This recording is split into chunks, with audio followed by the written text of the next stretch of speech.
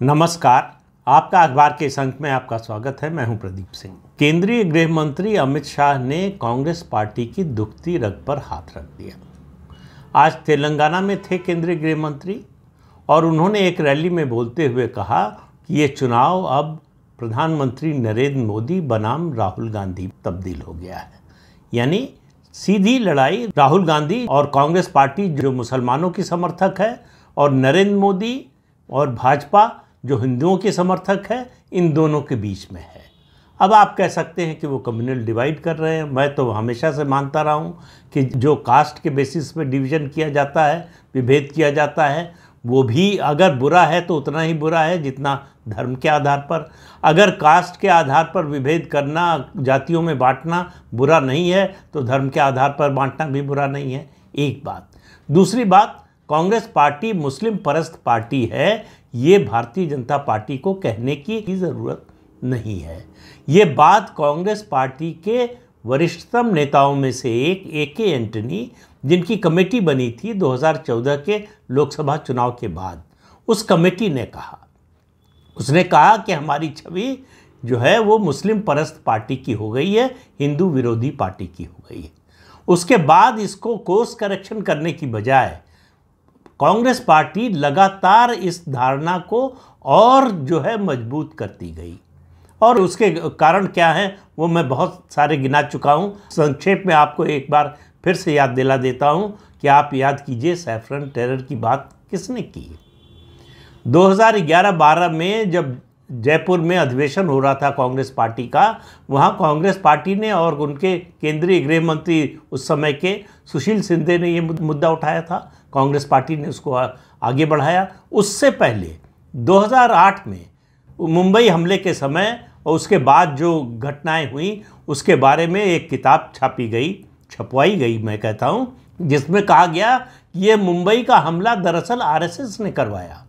ये कांग्रेस पार्टी लगातार मुस्लिम पक्ष में, और सबसे बड़ा उदाहरण तो 1986 का शाहबानो का मामला है कि शाहबानो के मामले में सुप्रीम कोर्ट के फैसले को सिर्फ इसलिए बदला कांग्रेस पार्टी ने क्योंकि उससे मुस्लिम मौलाना नाराज थे।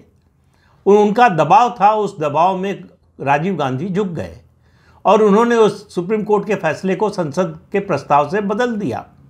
तो मुसलमानों को खुश करने के लिए कांग्रेस पार्टी किसी हद तक जा सकती है। और मैंने कम्युनल वायलेंस बिल का भी जिक्र किया था कि किस तरह से उसको लाने की कोशिश की सोनिया गांधी के समय, मनमोहन सिंह के समय कांग्रेस पार्टी ने, कि अगर कहीं सांप्रदायिक दंगा होता है तो उसके लिए जिम्मेदार हिंदू होंगे, बहुसंख्यक आबादी होगी। तो इससे आप अंदाज़ा लगाइए कि कांग्रेस मुसलमानों को खुश करने के लिए किस हद तक जाने को तैयार है। अब सवाल फिर जो आज गृह मंत्री अमित शाह ने कहा, कांग्रेस पार्टी असल में इसी बात से डर रही है। जब से चुनाव की चर्चा हुई है, जब से विपक्षी गठबंधन, वो जो इंडी अलायंस बना है कि नहीं बना है इस बताना मुश्किल है, उसकी चर्चा शुरू हुई, उसकी बैठकें शुरू हुई, तब से कांग्रेस पार्टी बहुत सजग है इस मामले में कि किसी भी तरह से 2024 के चुनाव को मोदी बनाम राहुल गांधी मत बनने दो। कांग्रेस को भी पता है कि राहुल गांधी बौने नज़र आते हैं मोदी के सामने। तो उनका व्यक्तित्व, उनका राजनीतिक कृतित्व, उसके अलावा उनकी जो साख है, उनकी जो विश्वसनीयता है, उनकी जो कम्युनिकेशन की क्षमता है, उनका जो साहस है और उनका जो कन्विक्शन है, उस सब को देखें, उस सब कसौटी पर अगर कसे तो राहुल गांधी हमेशा जो है मोदी के सामने कमज़ोर नज़र आएंगे। और कांग्रेस पार्टी जानती है कि उसकी सबसे कमज़ोर कड़ी राहुल गांधी है। क्यों ये कह रहा हूँ? 2019 के चुनाव में कांग्रेस पार्टी ये आजमा कर देख चुकी है। 2019 के चुनाव में, उससे पहले 2017 में गुजरात विधानसभा का चुनाव हुआ। गुजरात विधानसभा चुनाव के समय कांग्रेस पार्टी को लगा कि हम गुजरात में जीत सकते हैं। तो लगा इतने लंबे समय बाद जीत रहे हैं तो इसका श्रेय राहुल गांधी को देना चाहिए, उनको मिलना चाहिए। तो उसके लिए ज़रूरी है कि वो किसी बड़े पद पर हों। तो उन्हें तत्काल जो है रिज़ल्ट आने से कुछ दिन पहले उनको पार्टी का राष्ट्रीय अध्यक्ष बना दिया गया कि जब रिज़ल्ट आएगा और कांग्रेस की सरकार बनेगी तो उसका श्रेय राहुल गांधी को दिया जाएगा और उसका बड़ा फ़ायदा जो है पूरे राष्ट्रीय स्तर पर होगा कि मोदी को उनके घर में हरा कर आए हैं राहुल गांधी। ये नैरेटिव बनाने की कोशिश कांग्रेस पार्टी ने की थी। 2018 में 3 राज्यों में, मध्य प्रदेश, राजस्थान और छत्तीसगढ़, तीनों राज्यों में बीजेपी की सरकार थी। तीनों राज्यों में बीजेपी हार गई, कांग्रेस पार्टी जीत गई। तो एक नैरेटिव बना कि राहुल गांधी के नेतृत्व में कांग्रेस पार्टी मजबूत हो रही है, आगे बढ़ रही है और बीजेपी से मुकाबला कर रही है और जीत रही है। तो फिर कांग्रेस पार्टी को लगा कि अब यही मौका है राहुल गांधी को प्रधानमंत्री पद के उम्मीदवार के रूप में लॉन्च करने का। तो कांग्रेस पार्टी ने फैसला किया कि 2019 के लोकसभा चुनाव में राहुल गांधी कांग्रेस पार्टी के, बल्कि कहना चाहिए यूपीए के, यूनाइटेड प्रोग्रेसिव अलायंस जो था, उसके प्रधानमंत्री पद के उम्मीदवार होंगे। जो सहयोगी दल थे वो मान गए इसके लिए। कांग्रेस पार्टी ने इसकी घोषणा कर दी, पूरे देश में उसी तरह से कैंपेन किया और उस चुनाव को मोदी बनाम राहुल बनाने का कांग्रेस ने प्रयास किया। उसको लगा कि राहुल गांधी का पलड़ा इस समय भारी है, नरेंद्र मोदी कमज़ोर पड़ रहे हैं। राहुल गांधी ने जो मुद्दा राफेल का उठाया, राफेल के सौदे का, और उस पर जो नारा लगवाया चौकीदार चोर है, उससे कांग्रेस पार्टी बहुत ज़्यादा कॉन्फिडेंस में, बल्कि कहे ओवर कॉन्फिडेंस में थी, और राहुल गांधी उससे भी ज़्यादा। उनको लग रहा था कि बस ये मुद्दा मिल गया है हमको इस मुद्दे पर। और उनकी दुखती रग एक और थी, वो है बोफोर्स। उनके पिता के खिलाफ क्या नारे लगे बोफोर्स के बारे में, उसको मैं दोहराऊंगा नहीं। तो वो कांटा गांधी परिवार को चुभता रहता है। उस दाग से मुक्ति पाने के लिए, उस दाग को धोने के लिए, धोने का कोई भी अवसर मिले उसको छोड़ना नहीं चाहते हैं। राहुल गांधी को लगा कि ये हमको मौका मिल गया है। डिफेंस डील बोफोर्स भी थी, डिफेंस डील जो है राफेल भी था। उनको लगा कि अगर इस पर मोदी को घेर लिया, अगर मोदी को कटघरे में खड़ा कर दिया, रॉन्ग बॉक्स में खड़ा कर दिया, तो मोदी की छवि नष्ट हो जाएगी। उनकी जो ईमानदारी की छवि पूरे देश में बनी हुई है, उनकी जो इंटीग्रिटी है, उनकी विश्वसनीयता है, वो खत्म हो जाएगी। राहुल गांधी उस पर बहुत ज़्यादा एग्रेसिव हो गए, नारा लगवाते रहे, बार बार बोलते रहे कि मोदी ने अपने दोस्त अनिल अंबानी के जेब में 30,000 करोड़ रुपए डाल दिए, और उनको लगा कि इसका बड़ा समर्थन मिल रहा है। बहुत ज़्यादा जो है देश भर में उत्साह है कांग्रेस को लेकर लोगों के मन में, और वो अपनी पार्टी के लोगों से इस बात के लिए नाराज़ होते रहे, पार्टी के वरिष्ठ नेताओं से, कि वो जो नारा लगाते हैं वो नारा उनके पार्टी के वरिष्ठ नेता नहीं लगा रहे हैं। तो उन्होंने बल्कि वर्किंग कमेटी में जो है, बाद में चुनाव के बाद जो है, जो वर्किंग कमेटी हुई नतीजे आने के बाद, उसमें कहा कि मोदी से तो अकेले मैं ही लड़ रहा था, आप लोग तो लड़ने के लिए तैयार नहीं थे, आप लोग तो डर रहे थे। ये सब आरोप उन्होंने अपनी पार्टी के वरिष्ठ नेताओं पर लगाया। वो इस बात को समझने को तैयार नहीं हुए कि उनका जो नैरेटिव था उससे उनकी पार्टी के वरिष्ठ नेता सहमत नहीं थे। जब आप अपने नैरेटिव से, अपने एजेंडे से, अपने विषय से, अपने मुद्दे से कन्विंस नहीं करा पा रहे हैं अपनी पार्टी के नेताओं को, तो आप आम लोगों को कैसे कन्विंस करा पाएंगे? ये बात सोचने के लिए राहुल गांधी तैयार नहीं हुए। और कांग्रेस की ये दुखती रग है, इसीलिए कांग्रेस जो है बहुत ज़्यादा नाराज़ हो जाती है। ख़ास तौर से पिछले 6-8 महीने की या 1 साल की बात करें, जब भी कोई ये कह देता है कि राहुल गांधी, अगर विपक्ष की सरकार बनी तो राहुल गांधी प्रधानमंत्री बन सकते हैं, तुरंत खंडन आता है, तुरंत उसकी लानत मलानत होती है कि ऐसा राहुल गांधी ने ऐसा कब कहा कि वो प्रधानमंत्री बनना चाहते हैं। तो राहुल गांधी क्या डफली बजाने के लिए राजनीति में आए हैं? राहुल गांधी प्रधानमंत्री नहीं बनना चाहते हैं, ये बात कौन मानेगा? और मौका मिलेगा तो नहीं बनेंगे, ये बात कौन मानेगा? तो राहुल गांधी क्यों राजनीति में हैं, क्यों मेहनत कर रहे हैं, क्यों यात्रा कर रहे हैं, किसके लिए कर रहे हैं?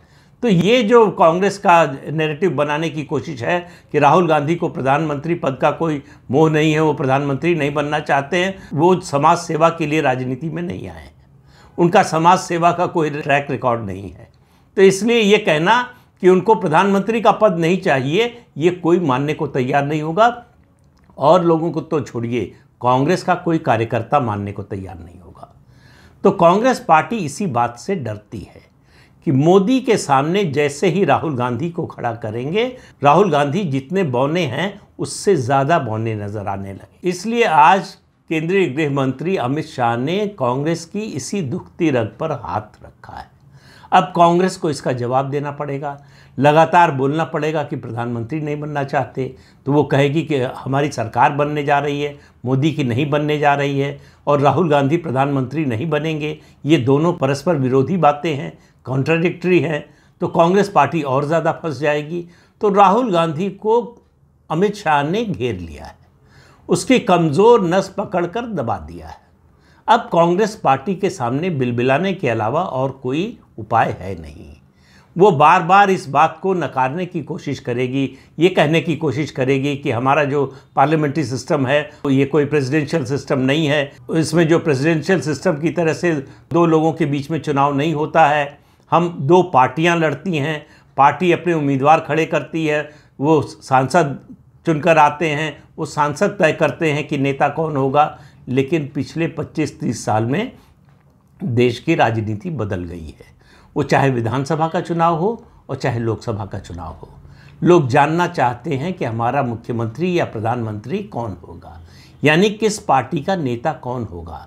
जिस पार्टी को हम बागडोर अगर सौंपना चाहते हैं या सौंप रहे हैं तो उसका नेता कौन होगा, कौन चलाएगा उसे, इस पर निर्भर करता है उस पार्टी का समर्थन।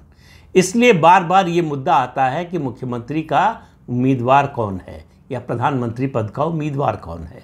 2019 में कांग्रेस के पास इस सवाल का जवाब था, 2024 में इस सवाल का जवाब नहीं है। उसके गठबंधन के साथी कहते हैं कि इसके बारे में हम 2024 का जब चुनाव नतीजा आ जाएगा तो उसके बाद बैठकर विचार करेंगे, यानी प्री पोल गठबंधन करेंगे और पोस्ट पोल जो है वो फैसला करेंगे।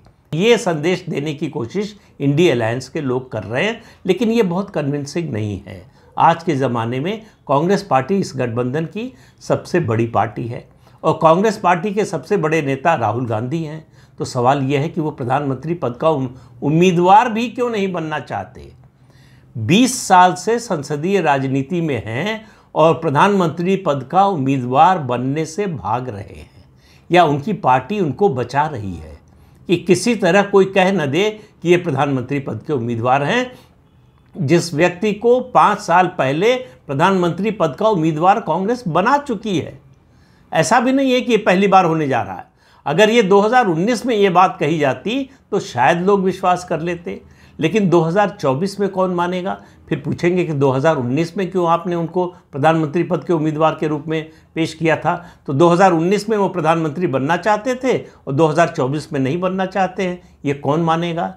जो सत्ता की राजनीति है उसमें जो लोग भी हैं, कोई यहाँ समाज सेवा करने के लिए या झांझ मंजीरा बजाने के लिए तो आता नहीं है, सब सत्ता के लिए आते हैं। सबको सत्ता चाहिए, सबको शीर्ष पद चाहिए जो नेता जिस पार्टी का है। ये इसलिए जो है कांग्रेस पार्टी जितना राहुल गांधी का इस मुद्दे पर बचाव करेगी, जितना उनको छिपा कर रखना चाहेगी कि वो प्रधानमंत्री पद के उम्मीदवार के रूप में सामने ना आने पाएं, उतना ही कांग्रेस पार्टी का नुकसान होगा। इस बात को भारतीय जनता पार्टी अच्छी तरह से समझ रही है। इसलिए उसने, आप देखिए टाइमिंग देखिए, 3 फेज़ का चुनाव हो चुका है, उसके बाद चौथे फेज़ से ये मुद्दा उठाना शुरू किया है भारतीय जनता पार्टी ने। उसको मालूम है कि इस मुद्दे पर कांग्रेस पार्टी डिफेंसिव ही रहेगी, इस मुद्दे पर वो ऑफेंसिव में नहीं आ सकती। वो नहीं कह सकती कि हाँ हम राहुल गांधी को प्रधानमंत्री पद का उम्मीदवार बना रहे हैं। ये चैलेंज स्वीकार नहीं कर सकती कांग्रेस पार्टी। ये कमज़ोरी, ये कमज़ोर नस कांग्रेस की अमित शाह ने पकड़ ली है और उसको कस के दबा दिया है। अब कांग्रेस पार्टी का आप रिएक्शन आने वाले दिनों में देखिएगा, वो लगातार इसको नकारने की कोशिश करेगी, लगातार इसके जवाब में वो कहेगी कि राहुल गांधी से डर रही है भारतीय जनता पार्टी, जबकि स्थिति ठीक उल्टी है। भारतीय जनता पार्टी से और प्रधानमंत्री नरेंद्र मोदी से के नेतृत्व से राहुल गांधी डरे हुए हैं। वो सीधे सामना नहीं करना चाहते, मुकाबले में नहीं आना चाहते, वो प्रॉक्सी वॉर चाहते हैं, वो सीधी लड़ाई नहीं चाहते हैं। वो नहीं चाहते हैं कि चुनाव मोदी बनाम राहुल गांधी बने, इसलिए उसको रोकने के लिए, ये धारणा न बनने पाए, इसके लिए कुछ भी करने को तैयार है कांग्रेस पार्टी। लेकिन ऐसा होता हुआ दिखाई नहीं दे रहा है। कांग्रेस के न चाहते हुए भी परसेप्शन यही बन रहा है कि ये लड़ाई सीधी सीधी, और ख़ास तौर से दक्षिण के राज्यों का चुनाव होने के बाद दक्षिण की जो बड़ी पार्टियां हैं उनके यहाँ चुनाव हो जाने के बाद ये मुद्दा और ज़्यादा जो है उभर कर आएगा। उत्तर भारत में, पश्चिम भारत में, नॉर्थ ईस्ट में और जो बचा हुआ दक्षिण भारत का हिस्सा है तेलंगाना और आंध्र प्रदेश, वहाँ राहुल गांधी और कांग्रेस पार्टी कमज़ोर हैं तेलंगाना को छोड़कर। तो इसलिए कांग्रेस पार्टी के लिए अब आगे का रास्ता बहुत कठिन है और एक चैलेंज थ्रो करके, एक चुनौती देकर अमित शाह ने कांग्रेस पार्टी और राहुल गांधी को और ज़्यादा फंसा दिया है। अब देखना है कि इसका जवाब कांग्रेस की ओर से क्या आता है। तो इस अंक में इतना ही, अगले अंक में फिर मिलेंगे किसी नए मुद्दे के साथ। तब तक के लिए अनुमति दीजिए। आपसे अनुरोध है कि ये चैनल देखिए, शेयर कीजिए, लाइक कीजिए और सब्सक्राइब ज़रूर कीजिए। नमस्कार।